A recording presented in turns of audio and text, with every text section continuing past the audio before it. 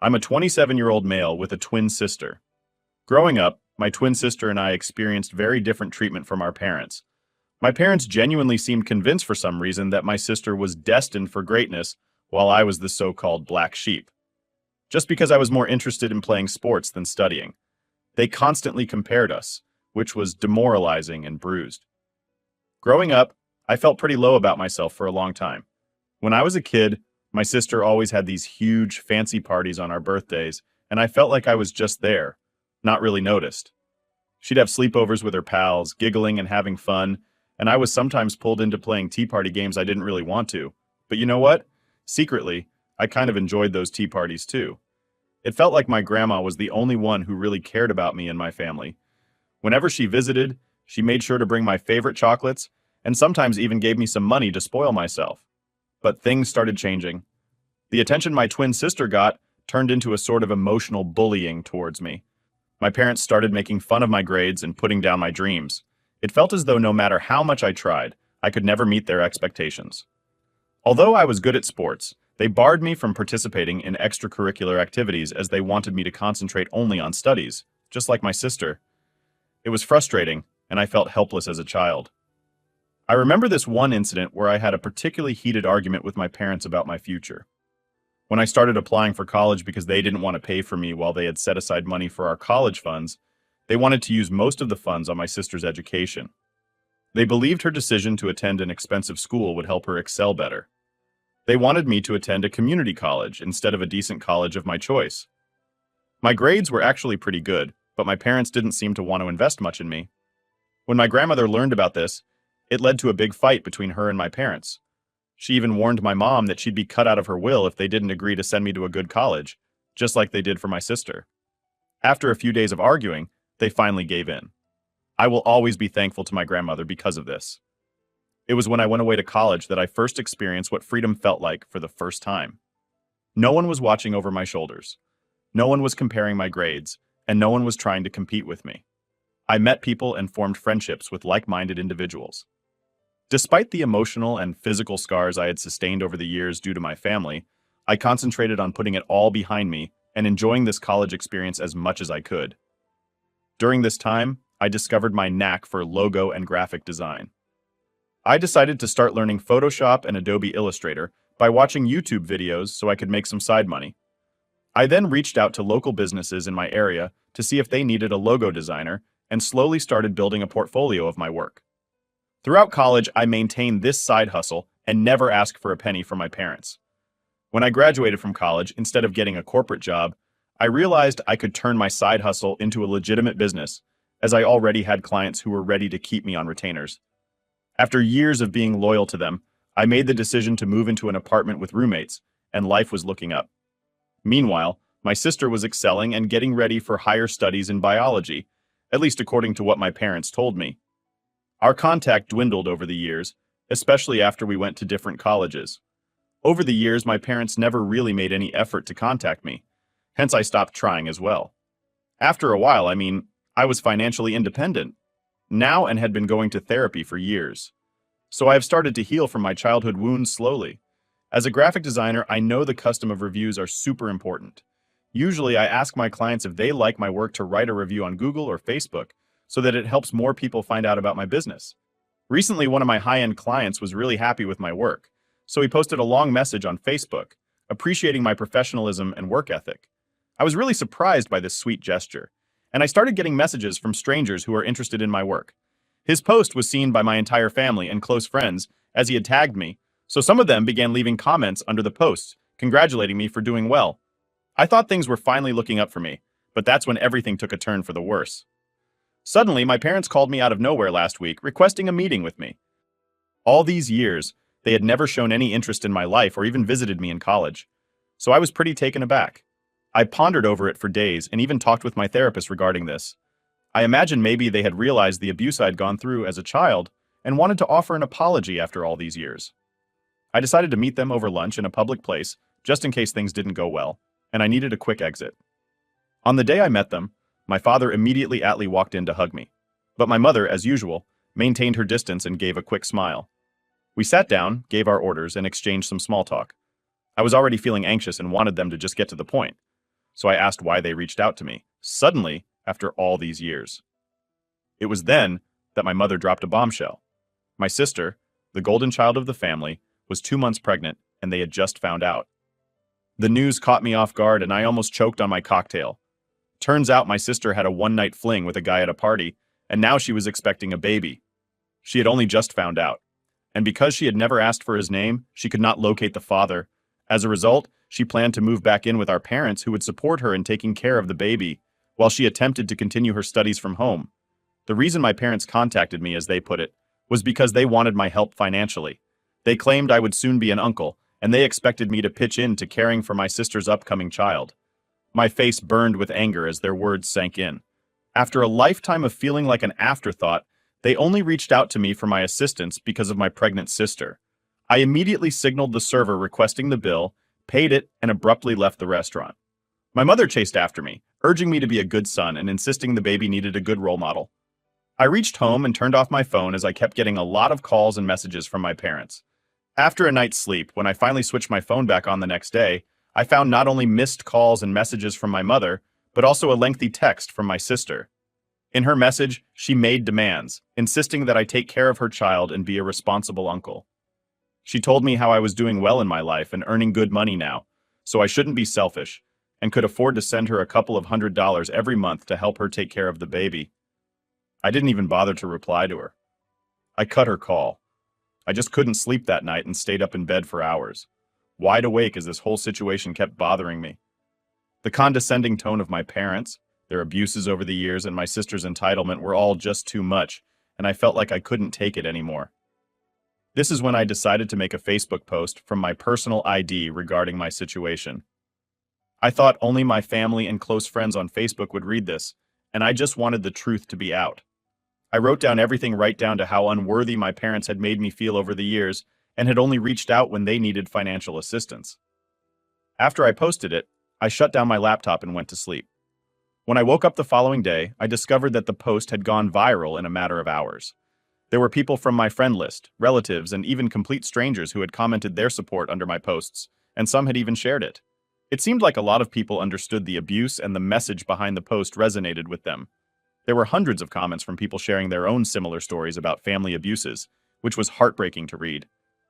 My parents must have received angry calls from some of my relatives because my mother called me quite upset and asked me to delete the post immediately.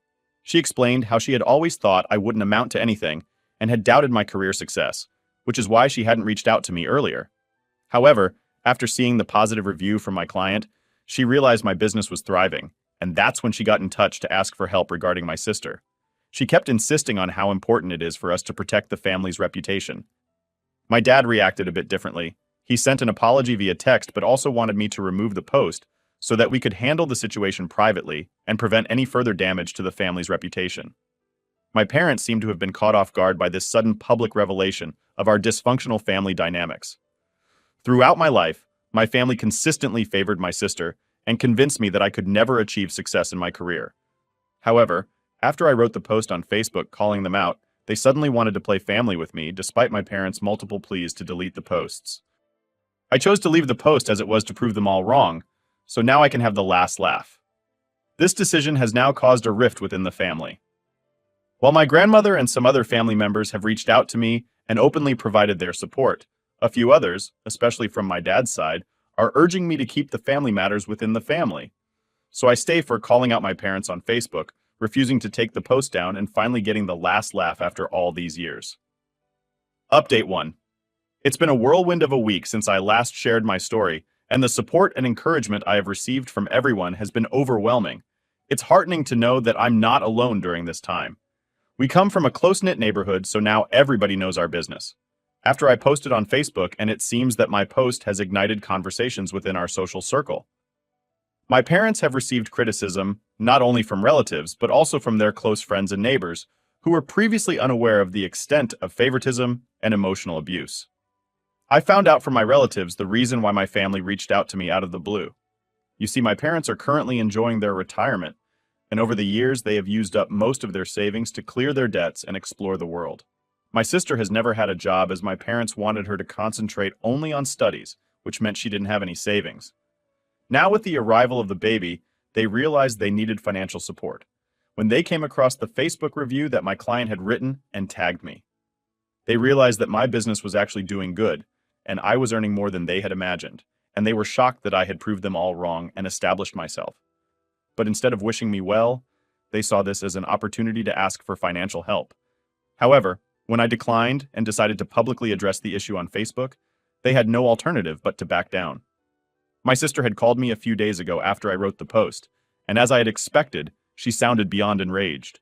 Apparently, our parents are now refusing to take care of her and the baby financially, as they have realized not to coddle her any longer and want her to be responsible for her own actions.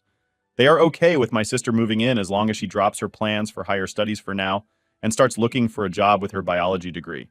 They also want her to contact the father through prenatal paternity testing so she can inform him about the pregnancy. After hearing what my parents had to say, my sister, who had never been asked previously to take any kind of responsibility, her entire life was stumped. She thought she could call and direct her anger out on me, but this time I didn't keep quiet and decided to stand up for myself. I told her that she wasn't entitled to my hard-earned money just because she got pregnant from a one-night stand. I let her know that her lack of maturity wasn't really my problem. While I might have come across as harsh, I believe it marked a turning point in our conversation, making my sister realize she could no longer bully me. I ended the call by feeling a sense of satisfaction for speaking my mind. I then went ahead and sent a group text to my parents and sister, letting them know that I expected a formal apology for the abuse I had suffered. I wanted them to acknowledge the pain of mistreatment I had endured through all those years. The text was clear, stating that this apology was not a mere request. It was a requirement, a necessary step towards reconciliation. I emphasized that I had reached a point where I couldn't continue down the same path.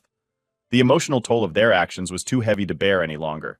If they refused to take this step, if they remained unwilling to admit their wrongdoings, it might be the end of the road for our relationship. Now I'm going to wait and see how they react. The ball is in their court, and I hope that they make the right decision. Update 2. Although it's been a month now, I still continue to receive overwhelming support and responses from strangers every day. I feel much lighter since I spoke my truth and no longer have to worry about hiding my past from the world. First, I want to let everyone know that I am perfectly safe and not at all depressed, as many seem to have assumed in the comments. What happened with my parents did affect me initially, but I have since learned to not hold it against them for my own mental well-being. As my therapist explained, I can't really control other people's actions. The only thing that I can control is my own emotions. Since my ultimatum, my parents have tried reaching out to me, alternating between apologies and attempts to downplay the situation. They are still struggling to come to terms with the public exposure of our family problems, and it's clear that their own reputation is of more concern to them than understanding my feelings. After some contemplation, I made the decision to remove the Facebook post from my page, even though I had planned to keep it up forever. I realized that the post had accomplished precisely what I had hoped for, a public declaration calling out my parents for their years of abuse. My mother continues to believe that I could have done better, and pointed these things out years earlier to them instead of letting it build up for so long and humiliating them publicly. This really frustrates me because as a teenager I had always tried to talk to them about the situation, but they never listened to me. I have told her that if she feels that it was my fault for how she treated me, then I would like to take some space from her, as I didn't want this to affect my mental well-being anymore. As for my sister, she took a while, but eventually she surprised me with an apology. I don't know if it's the pregnancy hormones or a newfound realization that prompted her to reach out. In the lengthy text, she expressed that she could finally grasp the hardships I had to endure for being treated differently all those years, with all parents no longer providing financial support, and reminding her every day to take responsibility for her choices. She was experiencing the pressures I had felt growing up. She went on to explain that when she initially found out she was pregnant, it had stirred fear in her heart. The reality of having to handle this on her own hit her hard, and she realized she had made mistakes. Financial constraints loomed, and she acknowledged that she had wrongly directed her anger at me. She had learned from our parents that I was doing well in my career, and this made her think that she could ask me to contribute. But when I refused, it finally dawned on her that she would have to take responsibility for her own life. She told me that she was trying her best to find a job as she wanted to be a better example to her child. She apologized for asking me for money and assured me that she wouldn't be doing that ever again. She said that she wanted me to be a part of her baby's life as a positive male role model.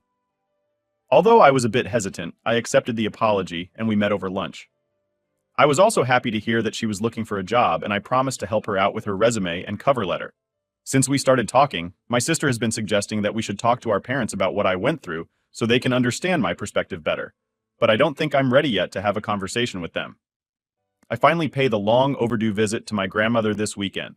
She's been my rock, my pillar of support, always standing by my side through all these years.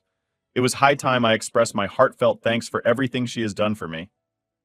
When I visited her, the nostalgia of my childhood rushed back. The familiar scent of her home-cooked meals. The creaky wooden floors and the warm smile on her face were everything that I loved about her.